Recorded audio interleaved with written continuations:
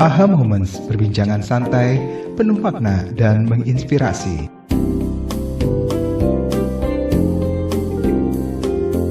Halo Sobat AHA, jumpa lagi di channel AHA Moments, channel YouTube dari Himsi Jaya yang akan membahas terkait dengan obrolan psikologi mengenai fenomena yang terjadi di sekitar kita.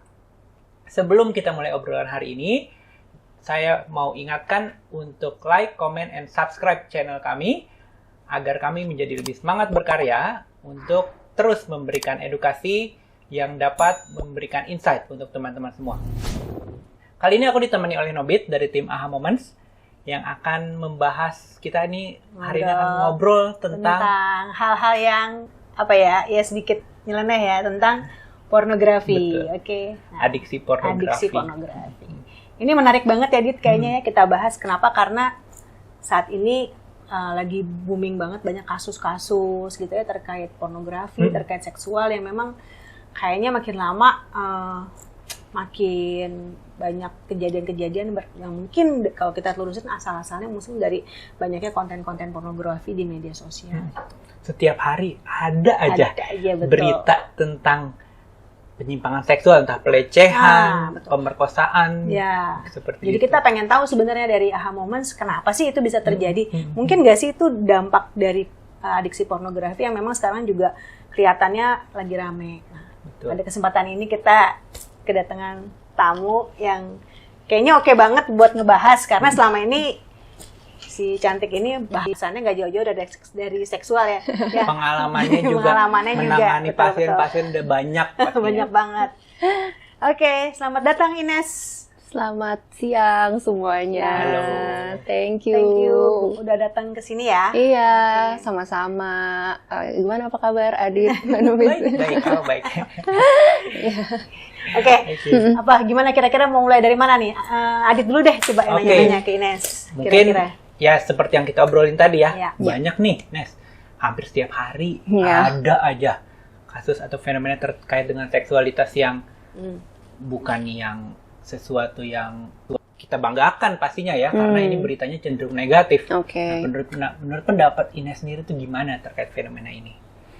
Kalau misalkan kita bicara tentang fenomena seksualitas tuh nggak habis-habis ya kayaknya Dit ya, karena kita bisa lihat itu sesuatu yang mungkin relate dan menjadi kebutuhannya semua orang, ya nggak? Yes.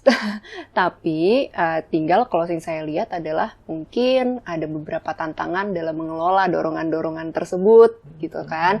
Jadi yang ini hari ini kita akan bahas nih, apakah mungkin itu ada kaitannya dengan menonton konten-konten pornografi gitu ya, gitu mungkin. Okay. Karena kan gini, sekarang banyak muncul istilah seperti porn addict gitu loh, Nes ya. Nah, kita pengen tahu tuh adiksinya tuh gimana sih gitu? Apakah memang suatu perilaku yang memang wajar atau gimana? Atau gimana dari sisi Ines?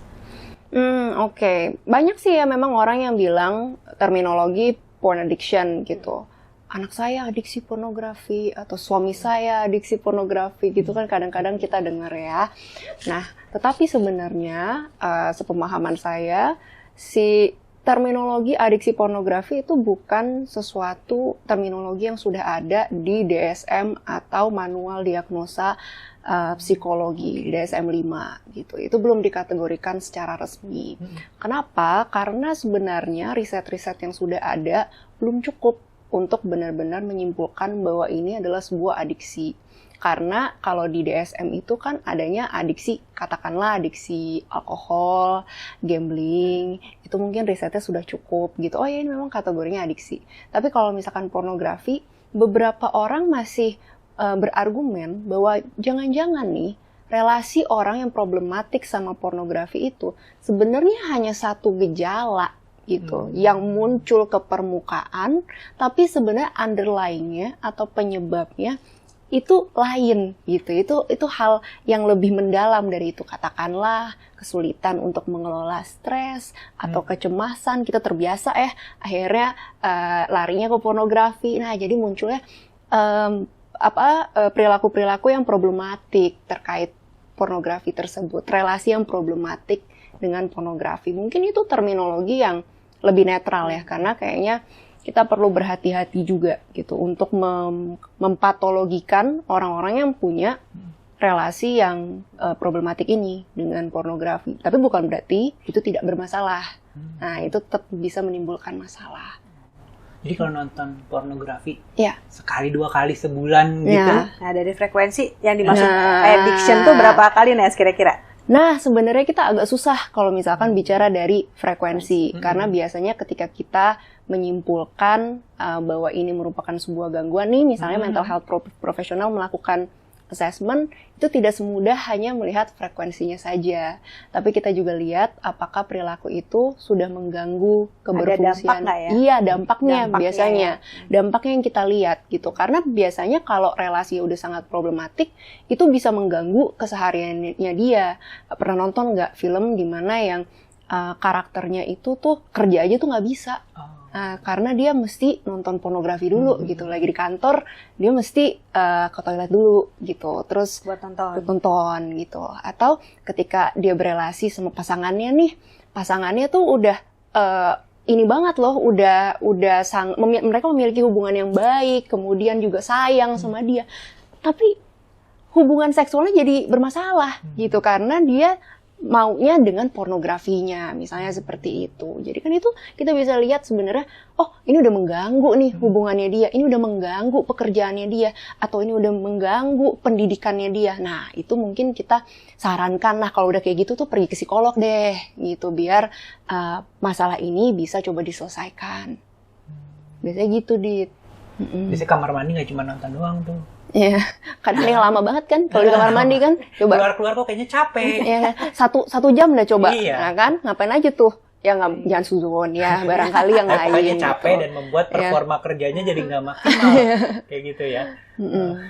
Terus kalau misalnya orang gitu ya bisa adiksinya ke arah sana itu kira-kira ada background apa gitu, mungkin pengalaman seksual yang sebelumnya nggak mungkin waktu dia masih fase akil balik atau apa atau gimana biasanya? Sebenarnya sulit ya Mbak kalau misalkan kita mau coba lihat dari pengalaman spesifiknya dia gitu, karena mungkin kan setiap individu punya pengalaman yang berbeda-beda. Tapi kalau misalkan saya lihat, kenapa sih bisa akhirnya seorang remaja gitu atau seorang anak resort ke pornografi gitu? Bisa jadi karena sebenarnya dia punya rasa penasaran atau keingintahuan terkait seksualitas yang belum bisa terjawab dengan hal-hal yang ada di sekitar dia. Katakanlah orang tuanya juga tidak memberikan pendidikan seksual atau membicarakan seksual kepada anak tersebut sesuai dengan usianya.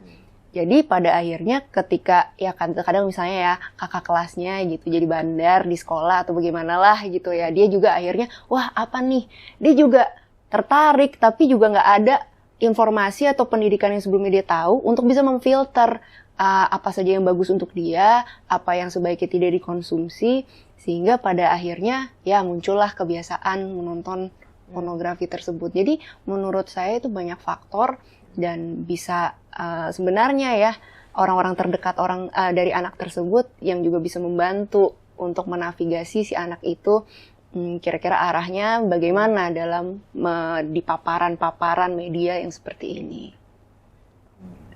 Kalau misalnya itu terjadi sama orang dewasa, mungkin nggak karena seksual itu adalah sifatnya rekreasional ya.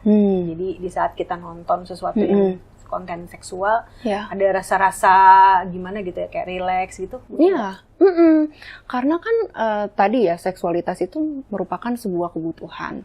Tapi kebutuhan itu kan juga menjadi sesuatu yang kita perlu bisa kelola.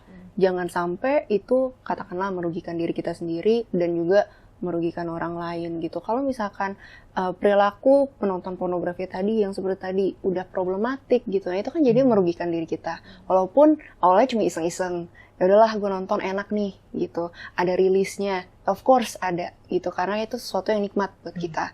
Tapi kalau misalkan kita lagi stres atau kita lagi cemas, dikit-dikit larinya ke pornografi, itu kan juga bukan suatu coping yang bagus ya, atau pengelolaan stres yang bagus. Kelihatannya sih bikin happy gitu ya. Iya. Habis nonton gitu ya, happy. Tapi ternyata kita lihat ada problem lain yang ngikutin tuh. Kayak tadi ya, performa kerja, hubungan dengan orang lain. Rasa gitu. bersalah juga. Rasa bersalah. Rasa bersalah juga, Dit. Karena biasanya orang-orang yang punya kebiasaan ini tahu gitu bahwa sebenarnya kebiasaan ini sudah membawa dampak buruk di kehidupannya dia dan muncul rasa bersalah setelahnya. Jadi walaupun pada saat dia nonton rasanya ada rilis, setelahnya ada guilty Mbak, atau ada rasa bersalahnya. Nah itu yang kadang-kadang juga kita lihat sebagai psikolog, wah ini udah ganggu nih berarti nih, dia udah sampai ngerasa bersalah juga seperti ini. Self esteem turun. Iya. Nah ini lagi, sekarang kan masalahnya gini Nes, kan konten kayak gitu banyak banget ya, Dit ya, di medsos ya. Banyak Anak-anak banget. gampang akses gitu. Iya. Sulit banget dibatasin. Nah, kasus yang ada di masyarakat tuh ada beberapa case yang kelihatannya pelecehan seksual, perkosaan atau apapun itu dilakukan oleh anak-anak di bawah umur ya, di bawah umur remaja. Iya. Bahkan mungkin yang terakhir Dit, kasus yang kita lihat di TV itu rame, yang anak usia 12 tahun, 8 tahun memperkosa anak kecil. Nah, itu mungkin nggak kalau secara seksual itu terjadi, nah kasus-kasus seperti itu dari secara seksualitasnya mereka gitu dari usia. Mungkin aja karena kan anak bukan yang nggak punya seksualitas kan Mbak, mereka juga ada. Tapi memang tahap perkembangannya kan sesuai dengan usianya gitu. Nah tetapi dengan adanya pengalaman-pengalaman tertentu, mungkin anak jadi penasaran, anak kan juga pengen meniru. Misalnya kalau dia pernah melihat katakanlah orang tuanya berhubungan, belum tentu ya pasti dia akan melakukannya itu ke orang lain. Tapi kan itu menjadi sebuah tontonan yang seharusnya tidak dia lihat seusia itu gitu. Nah itu kan bisa menimbulkan juga rasa penasaran, menimbulkan juga keinginan untuk mengimitasi. Apa sih ini, kayak dia mungkin buat dia itu main biasa gitu, kayak yaudah ya coba, orang biasa lihat orang masak gitu, saya mau main masak-masakan gitu. Nah ini nonton orang yang sedang melakukan hubungan dewasa itu ya udah akhirnya diimitasi lagi tuh seperti itu. Nah tinggal kan bagaimana kita sebagai orang tua juga memitigasi jangan sampai hal itu terjadi gitu. Kita juga sebisa mungkin memberikan anak kita paparan kepada hal-hal yang memang sesuai usianya dia aja. Itu jangan sampai ada paparan ke hal-hal yang memang belum waktunya anak itu menerima. Cuman ya itu ya agak susahnya karena kan mudah banget ya sekarang anak-anak kecil aja udah pegang handphone kan. Iya. Itu yang membuat jadi. Betul. Terus ngomong-ngomong kasus yang lagi viral ya, ada juga nih pelecehan yang dilakukan oleh perempuan kepada anak-anak yang di bawah usianya. Ini jadi menarik nih, soalnya kan aku sih selama ini taunya kebanyakan laki-laki yang edik gitu ya. Tapi secara gender gimana Ines ngelihatnya? Apakah sebenarnya ya perempuan ada potensi yang besar juga nih untuk mengalami hal tersebut? Perempuan kan juga punya seksualitas, gitu. Sama aja gitu sebenarnya sama laki-laki, kita semua punya dorongan seksualitas. Cuman yang membedakan menurut aku adalah ya mungkin selama ini di masyarakat pembicaraan tentang seksualitas atau eksplorasi tentang seksualitas itu lebih dinormalisasi untuk laki-laki. Jadi ya katakanlah dulu kalau misalkan pas lagi remaja, cowok-cowok, anak-anak cowok mah kalau ngebokep biasa gitu. Nah itu kan dilumrahkan ibaratnya gitu. Tapi kalau misalkan anak-anak cewek, mungkin ya message yang dia terima adalah jangan ya, nggak boleh ya nonton-nonton seperti itu, nggak boleh cari tahu gitu misalnya. Jadi pada akhirnya juga mungkin paparannya itu tidak sebanyak dengan anak laki-laki gitu. Tapi bukan berarti kita tidak punya hasrat itu di dalam diri kita. Bukan berarti semua orang yang punya hasrat itu akan melampiaskan dengan tidak bertanggung jawab. Ada kok cara yang bertanggung jawab. Mungkin memang yang di berita-berita itu ya ada tantangan dalam mengelola apa yang dia rasakan di dalam. Tapi sekarang udah bergeser kok, Dit. Aku pernah dapat kasus juga ya, ada anak remaja gitu, usia SMP dia, cewek gitu. Nah, mereka tuh sering banget satu kelompok itu berlima, mereka tuh nonton konten bareng, terus masturbasi, sabun gitu, dan itu ketahuan sama ibunya lah gitu loh. Itu dimarahin gitu. Bareng-bareng itu? Enggak, jadi masing-masing. Masing-masing. Cuman nontonnya bareng gitu Nontonnya loh. bareng. Jadi bukan hal yang tabu lagi bahwa anak-anak cewek pun sekarang SMP tuh mereka sering kumpul-kumpul bareng tuh nonton gitu. Dan mereka tahu caranya untuk melakukan masturbasi secara wanita ya gitu di kamar mandi gitu. Oh, jadi perempuan pun udah enggak, anak-anak remaja ya. Anak-anak remaja udah enggak malu juga ya. Kalau untuk bareng-bareng gitu. Aku selama ini ngiranya laki-laki tuh kan kalau bareng normal. Satu handphone keliling gitu. Nonton bareng-bareng. Ternyata perempuan, remaja perempuan juga ada fenomena seperti itu ya. Sekarang udah mulai. Jadi istilahnya seksualitas itu nggak hanya punyanya cowok-cowok ya, laki-laki ya. Ya karena kemudahan akses tadi itu sih menurut aku ya. Terus apa lagi? Oh ya, kalau terkait pasangan tadi Nes sempat tadi ya ngobrol tentang pasangan Dit. Nah, kamu udah punya istri kan? Ya. Ini pasangan baru nih kayaknya. Nah, kira-kira gimana ya Nes kalau yang harus nonton dulu kayak gitu-gitu menurut Ines wajar nggak sih? Balik lagi dampaknya apa ke kehidupan rumah tangganya ya gitu. Artinya kalau misalnya itu sudah menjadi sesuatu yang keharusan, tidak harus nonton pornografi, ya kan? Sebelum memulai hubungan seksual maksudnya kan? Kemudian itu sudah membuat pasangannya juga concern, kok dia nggak tertarik ya sama gue ya, gitu. Kenapa ya harus ngebayangin cewek yang di pornografi dulu, apa enggak? Kayak gitu-gitu kan menimbulkan masalah ya di dalam rumah tangga, jadi kita ngebatin, suuzon gitu kan. Nah jadi bisa dibilang kan itu sudah menimbulkan problem gitu. Jadi ya mungkin itu tidak bisa dibiarkan begitu saja. Itu kan balik lagi apakah sebenarnya kebiasaan menonton itu sudah menimbulkan masalah bagi masing-masing mereka dan juga hubungan rumah tangganya. Nah itu kan sebenarnya sudah menjadi sebuah problem di dalam hubungan yang kita tidak bisa tutup mata gitu. Barangkali ada sesuatu yang perlu diubah, barangkali ada sesuatu yang perlu diselesaikan di sana. Bahaya tuh kalau udah comparing pasangannya sama yang di film. Yang di film kan udah seleksi. Badannya keren-keren, cantik-cantik, ganteng-ganteng. Benar. Tekniknya juga udah dimodifikasi kan gitu. Iya, benar. Nah, itu jadi salah satu juga problemnya dari pornografi adalah mungkin itu menimbulkan persepsi yang tidak realistis terkait hubungan seksual. Karena kan yang di pornografi itu ya dikurasi ya Dit ya, diseleksi dulu, kemudian ya itu profesi, gimana ya gitu, mau membandingkan orang yang profesinya memang itu dengan pasangan kita sehari-hari kan nggak fair gitu. Nah jadi hal-hal seperti itu juga bisa masuk tuh ke persepsi kita, pengennya itu yang seperti ini, jadi begitu yang di realita tidak sesuai dengan apa yang kita fantasikan, menimbulkan kekecewaan. Nah, kalau misalkan sampai kekecewaan aja, oke, gitu misalnya. Tapi bagaimana kalau itu, bukannya berarti kalau misalkan sampai kekecewaan aja bukan menjadi problem ya, tapi mungkin juga ada yang jadi ngarahnya ke fungsi seksualnya juga, gitu. Karena terbiasa untuk bergairah dengan apa yang terlihat di pornografi, kemudian pelepasannya juga dengan apa yang ditonton di pornografi, bisa nggak tuh itu terjadi juga di kehidupan nyata, walaupun stimulusnya atau rangsangannya kan berbeda yang kita tonton. Jangan-jangan nanti bisa jadi masalah juga.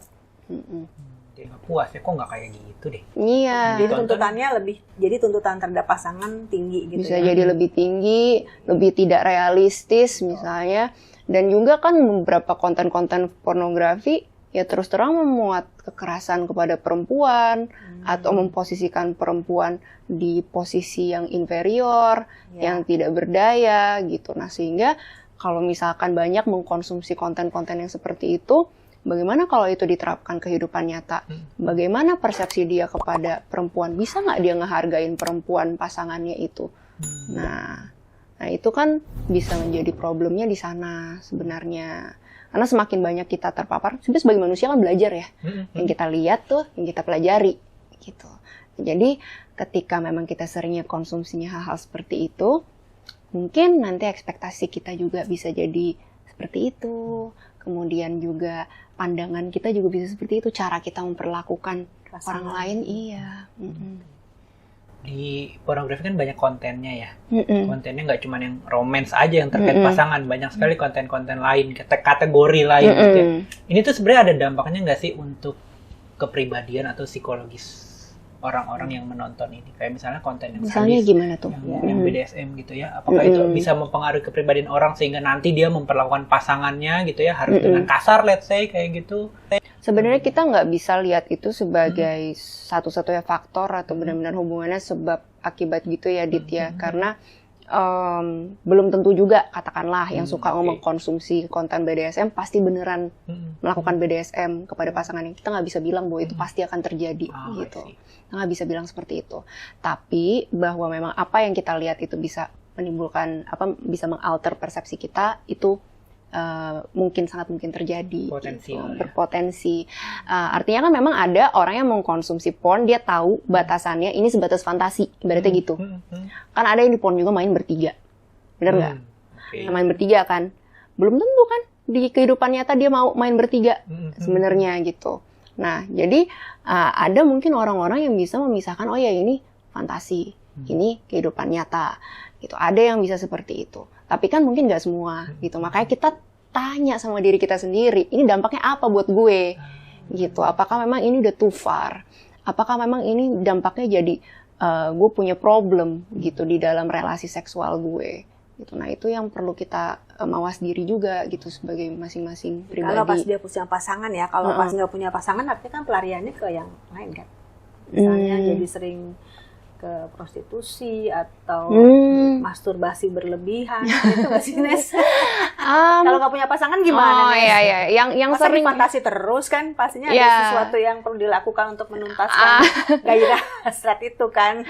Yang sering aku dengar sih masturbasi ya Mbak ya. Yang pornografi itu temennya masturbasi gitu, yang sering aku dengar ya. Paket. Ya kalau misalkan nonton pornografi nggak pakai masturbasi aja ya nggak tahu deh gitu gimana. Aduh. Cowok soalnya, cewek sekarang gue nggak.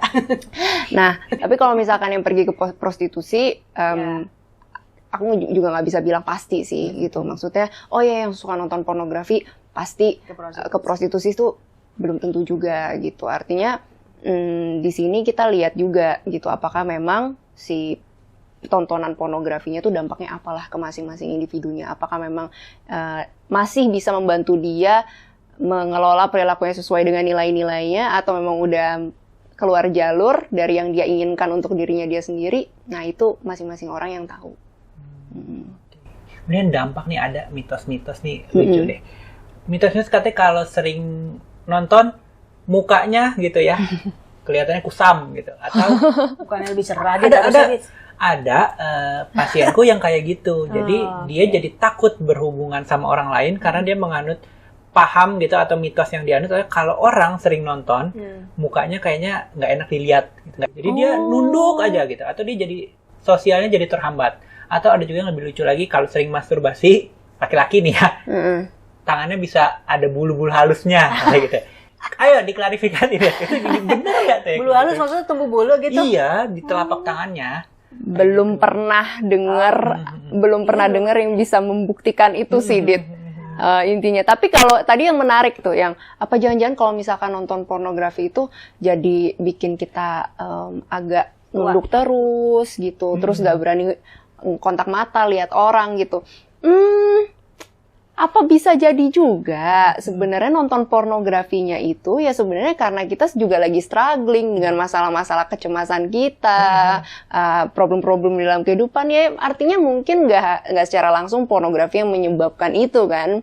We never know gitu. Ini yang menyebabkan itu tuh yang mana dulu ya kan. Tapi pada kenyataannya itu bisa muncul bersamaan ya bisa jadi gitu. Tadi feeling guilty ya karena merasa bersalah. Ya. Jadi bisa jadi parno gitu kalau orang akan tahu, wah sebenarnya gue kayak gini gitu. Aku tuh kayak gini orangnya. Atau ya sebenarnya nggak usah takut orang tahu gitu.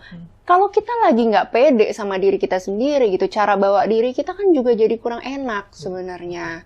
Nah, kita tahu nih ada sesuatu yang kita lakukan yang aku sebenarnya aku nggak suka diri aku tuh kayak gini gitu misalnya. Jadi ketika kita membawa diri ke orang lain juga kelihatan mungkin kita kurang nyaman. Bisa jadi seperti itu. Nah, sekarang kalau misalnya ngomong cowok atau laki-laki nonton konten pornografi, ada hubungannya nggak dengan inferioritas dia sebagai status kejantanan lah?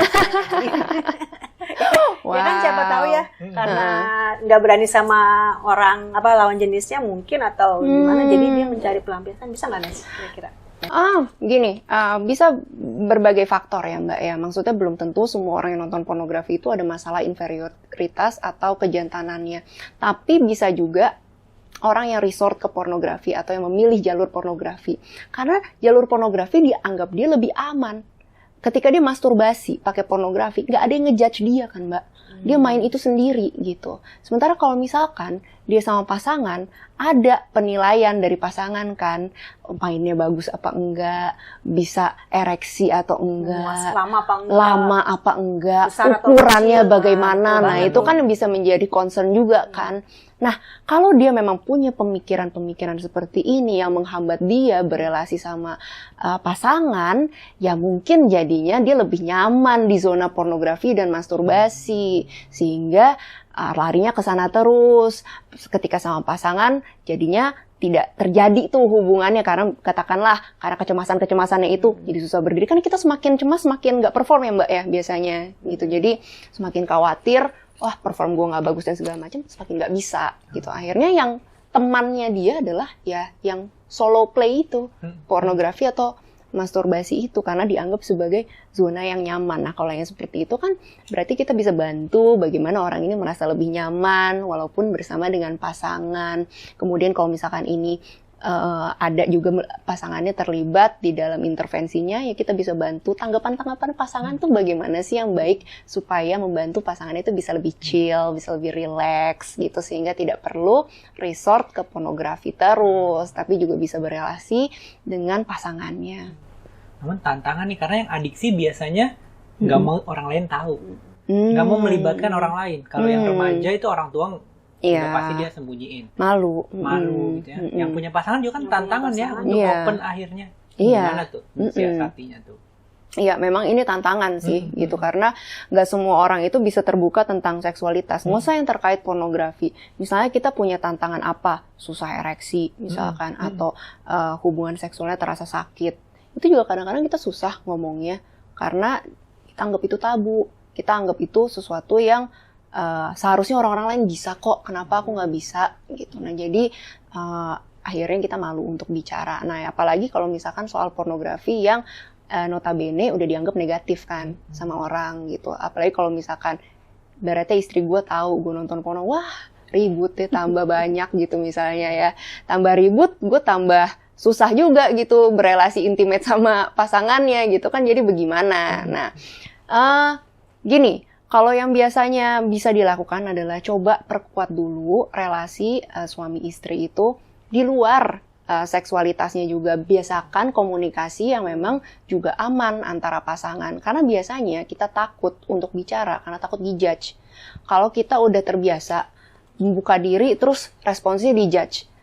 Untuk hal-hal yang apapun deh gitu. Aduh tadi lupa kamu nitip beli beras, aku lupa gitu misalnya. Wah itu udah dijudge segala macam, iya nih memang kamu nih nggak pernah dengerin aku, selalu males dan segala macam. Nah itu kan mungkin kita jadi takut juga ya kalau misalkan mau membuka diri gitu. Nah sehingga belajar dulu komunikasi yang menimbulkan rasa aman untuk pasangan, sehingga ketika kita masuk ke area yang lebih sensitif atau topik yang lebih sensitif itu jadi bisa lebih mudah.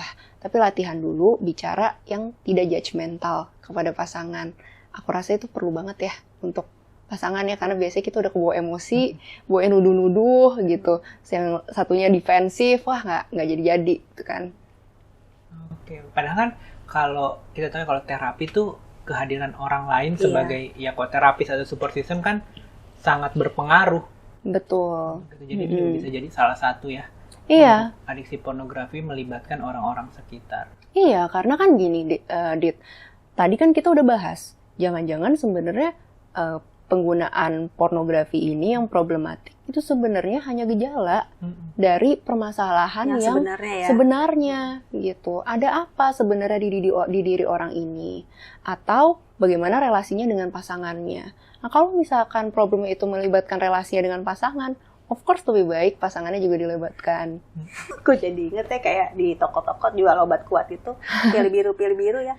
Memang kayaknya seksual problemnya bapak-bapak ya. Ya soalnya bapak-bapak itu kan yang di sosial. Apalagi yang udah mau tua-tua NS. Iya. Yang pede banget kayak dengan. Karena bapak-bapak kan yang disuarakan harus mempertahankan kejantanan ya jadi agak susah loh buat cowok-cowok itu kadang untuk menjadi vulnerable, untuk ngaku problemnya tuh dia apa, jadi nggak teratasi kan, karena kita misalkan diajarin untuk harus kuat, kemudian juga harus mempertahankan kejantanan, maskulinitas.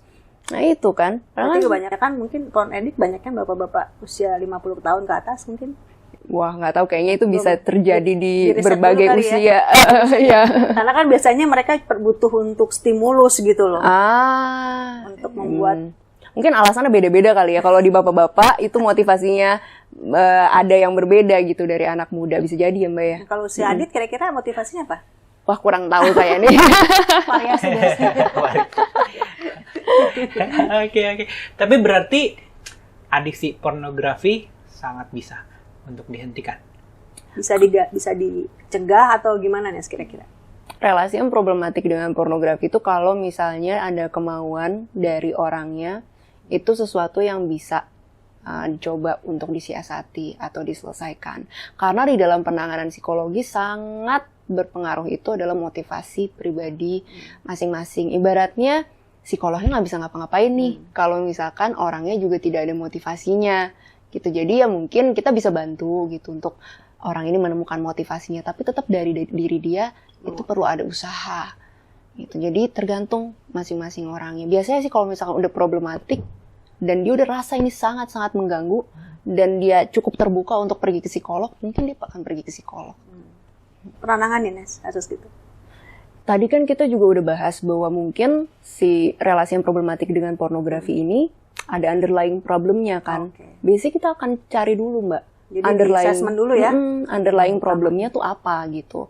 Karena biasanya orang datang itu tidak langsung mengeluhkan underlying problemnya. Karena mungkin dia nggak sadar, nggak tahu gitu.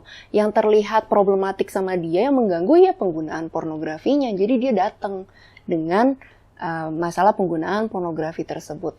Tapi kita yang bantu gitu. Ini sebenarnya tuh ada apa sih sebelum kamu akhirnya resort ke pornografi ini? Ya kadang-kadang kita tanya juga triggernya apa. Biasanya kamu pengen nonton pornografinya tuh kapan aja, mulai dari kapan misalnya, supaya kita bisa bantu mengidentifikasi gitu. Sebenarnya ada apa nih? Jangan-jangan sebenarnya pornografi itu sebagai sarana tadi mengelola stres, kemudian atau mengatasi rasa cemasnya dia gitu. Karena dia nggak nyaman lagi dengan stresnya, dengan kecemasannya, cari enak deh ke pornografi. Nah kalau kayak gitu kan, yang kita bisa bantu juga adalah penanganan stresnya, pengelolaan stresnya kita bekali dengan cara-cara yang lain yang supaya nggak cuma porno. Iya, dialihkan kegiatan lain lagi ya. Iya, jadi dia juga dibekali, dia punya sesuatu yang bisa dia pakai, bukan cuman kita minta enggak kurangin, cut gitu. Ya kalau kayak gitu doang mungkin ya gue bisa apa nih untuk mengatasi stres gue ibaratnya. Ya kita bekali juga gitu sambil pelan-pelan penggunaan pornografi juga dikurangi. Tapi biasanya itu bertahap karena biasanya kalau misalkan diminta blok jangan nonton sama sekali. Tapi itu tidak realistis buat dia, nah nanti relapse lagi mungkin. Stres lagi. Iya, susah soalnya. Cari apa buat ngilangin stres, nonton lagi. Iya. Jadi muter-muter lagi, balik lagi ya. Sambil dikurangi pelan-pelan, sambil dibekali sama hal yang baru. Gitu. Yang bisa membantu dia untuk dikit demi dikit melepas kebiasaannya itu. Nah kalau untuk anak-anak gitu, tips mungkin ya Nes, untuk orang tua nih yang punya anak-anak remaja gitu ya. Supaya mereka, ya namanya anak pasti pingin tahu ya Nes ya, nggak mungkin anak remaja puber tuh nggak pingin tahu tentang seksualitas. Kira-kira tips dari Ines, gimana sih sebagai orang tua tuh kita bisa memberikan pembekalan yang oke lah buat mereka supaya mereka nggak sampai terjerumus kayak gitu. Kalau misalnya mau membantu anak untuk memberikan pendidikan seksualitas itu yang baik, itu seharusnya sebaiknya dimulai sejak dini. Mulai dari kapan sih umurnya? Bisa dari saat anak itu sudah mulai diperkenalkan organ-organ tubuhnya. Ketika kita kasih tahu dia ini mata, ini hidung, ini mulut, kita juga kasih tahu organ-organ seksualnya. Ini penis, ini vulva. Misalnya jangan diganti-ganti ya. Namanya diganti-ganti ya. Biasanya kan kita nggak enak ngomongnya ya. Kita anggap itu adalah sesuatu yang jorok. Padahal sebenarnya itu resmi gitu. Di buku-buku textbook juga semuanya seperti itu. Itu bukan bahasa slang atau bahasa jorok sama sekali. Nah jadi kita dari kecil sudah memperkenalkan kepada anak bahwa seks itu bukan sesuatu yang harus kita tutup-tutupi gitu, tapi kita berikan sesuai dengan usianya, plus bangun relasi yang bagus dengan anak untuk membicarakan terkait seksualitas. Dari umur tadi ya, dari anak sudah mengenal organ-organnya, nah umur 3-5 tahun kita bisa bantu kenali organ-organ yang private buat dia gitu. Jadi kalau misalkan kita sudah rutin dan cukup konsisten memberikan pendidikan seksualitas sesuai dengan usia anak, anak juga lama-lama akan lihat orang tua saya ini adalah tempat yang aman untuk saya bicara terkait seksualitas. Sehingga begitu nanti ada paparan-paparan dari teman-temannya, saya tahu tempat saya nanya siapa. Orang tua saya. Karena dari dulu saya dikasih tahu yang benar. Saya nggak dibohong-bohongin, saya nggak ditutup-tutupin.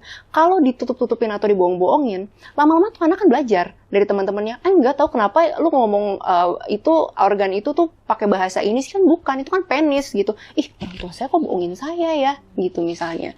Atau ade datangnya dari mana? Oh, saya dibilang adanya dari tepung gitu. Kata teman saya enggak gitu. Ada tuh yang bilang ada gitu, ada. Terus kalau dia udah belajar biologi, loh, kok bukan dari tepung gitu? Orang tua saya berarti nggak tahu ya? Apa dia ngebohong gitu?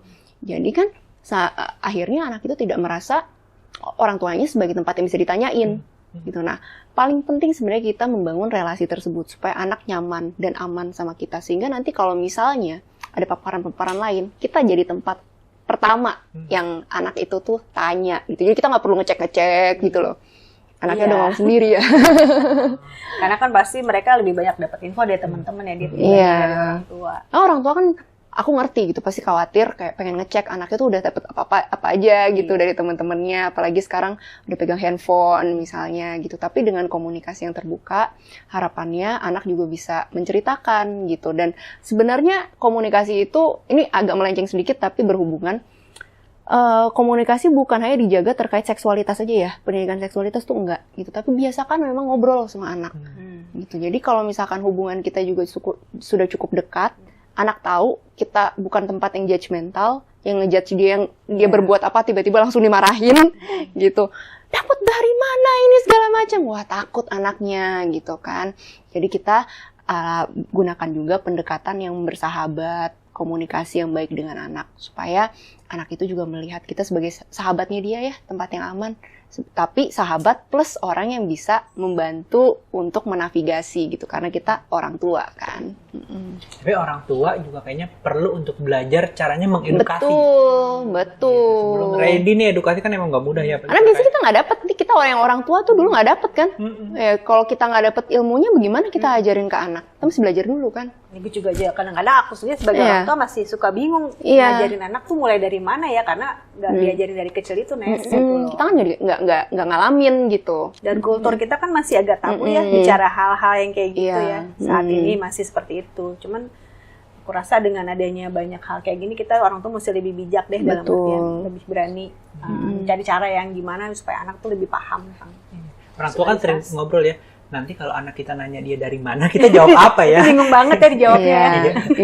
Iya, itu ada biasanya saran-sarannya. Oh ya, tergantung anaknya tuh udah ngertinya sampai mana gitu. Kita nggak perlu jelasin sampai anak nggak ngerti gitu ya. Kalau anak umur 3 nggak usah dijawab ada penis masuk ke vagina kayak gitu ya, enggak gitu. Tapi kita juga jangan bohong, jangan bilang dia dari tepung lah, dibeli di pasar lah atau apalah begitu-begitu. Nah itu jangan gitu. Jadi berikan informasi secukupnya sesuai yang usianya saja, tapi kuncinya tidak berbohong. Ya, jadi menarik banget ya. Banget ya, banyak banget hal baru ya kita dapat dari Ines ya tentang porn addiction. Aku juga belajar banyak dari diskusi ini kok. Iya. Soalnya menarik karena mulai banyak yang nanya-nanya sih kita tentang porn addiction gitu. Iya, kalau ngomongin seksualitas sih nggak habis-habis ya. Seru. Oke, Dit, kayaknya waktunya udah cukup nih ya. Udah banyak banget hal baru yang kita tahu dari Ines ya. Mungkin kita simpulin sedikit aja ya dari hasil obrolan kita tentang porn addiction. Pertama tadi kata Ines, porn addiction itu adalah kadang-kadang merupakan satu manifest dari permasalahan yang mungkin ada di hidden ya. Jadi masalahnya bukan situ, jadi kita harus mencari tahu sebenarnya gejalanya dari sebuah masalah. Bukan karena dia menurut DSM belum masuk ke diagnosanya ya. Jadi gejala dari diagnosa lain mungkin bisa saja. Jadi. Bisa jadi ya. Terus yang berikutnya adalah pentingnya edukasi juga untuk anak muda, untuk anak-anak ya. Terus kedepannya juga kita harus bisa lebih terbuka dalam menyampaikan informasi tentang seksualitas. apalagi tadi ya yang bisa kita ambil terus. Selain buat anak-anak, buat orang tua juga orang penting tua, untuk belajar mengenai seksualitas dan bagaimana supaya- deliver ke anaknya. Supaya kasus-kasus itu juga semakin tidak marak Iya. lagi ya, terutama yang dilakukan oleh anak-anak di bawah umur gitu ya Nes ya. Iya. Oke, dan ingat ini masalah yang menyebabkan porn addiction ini sangat bisa untuk ditreat gitu ya. Kalau memang sobat AHA mengalami hal yang serupa gitu ya hingga membuat kehidupan sehariannya terganggu, ya jangan ragu gitu ya untuk mendatangi profesional untuk akhirnya mengatasi masalah ini. Boleh datang ke psikolog, jangan ragu-ragu ya. Supaya bisa diberikan treatment yang sesuai, jangan Iya. browsing-browsing sendiri mencari solusi. Oke, untuk sobat AHA yang memang memiliki keluhan terkait seksualitasnya yang mulai mengganggu kehidupan sehari-hari, jangan ragu ya untuk datang ke psikolog karena sudah ada treatmentnya nih yang akan dideliver oleh psikolognya untuk membantu sobat AHA semua. Ya, psikolog juga akan membantu coba untuk mengidentifikasikan apa sih yang sebenarnya dibutuhkan untuk kliennya sehingga boleh mencoba kalau misalkan dirasa memang apa yang dialami sekarang mengganggu. Dan pasti rahasianya terjamin ya Nes. Ya. Oke, thank you banget Ines udah Ya. hadir ke channel YouTube AHA thank Moments you. Himsi Jaya. Thank you. See you next time. Oke, sobat AHA, saya dan Adit mengucapkan terima kasih banyak atas apresiasi dan tontonan hari ini. Semoga kedepannya kita bisa buat lagi banyak konten yang menarik ya, Dit ya. Siap. Jangan lupa, apa Dit? Komen, like, and subscribe Channel AHA AHA Moments YouTube Himsi Jaya. Ya. Thank you. Thank you. Dadah.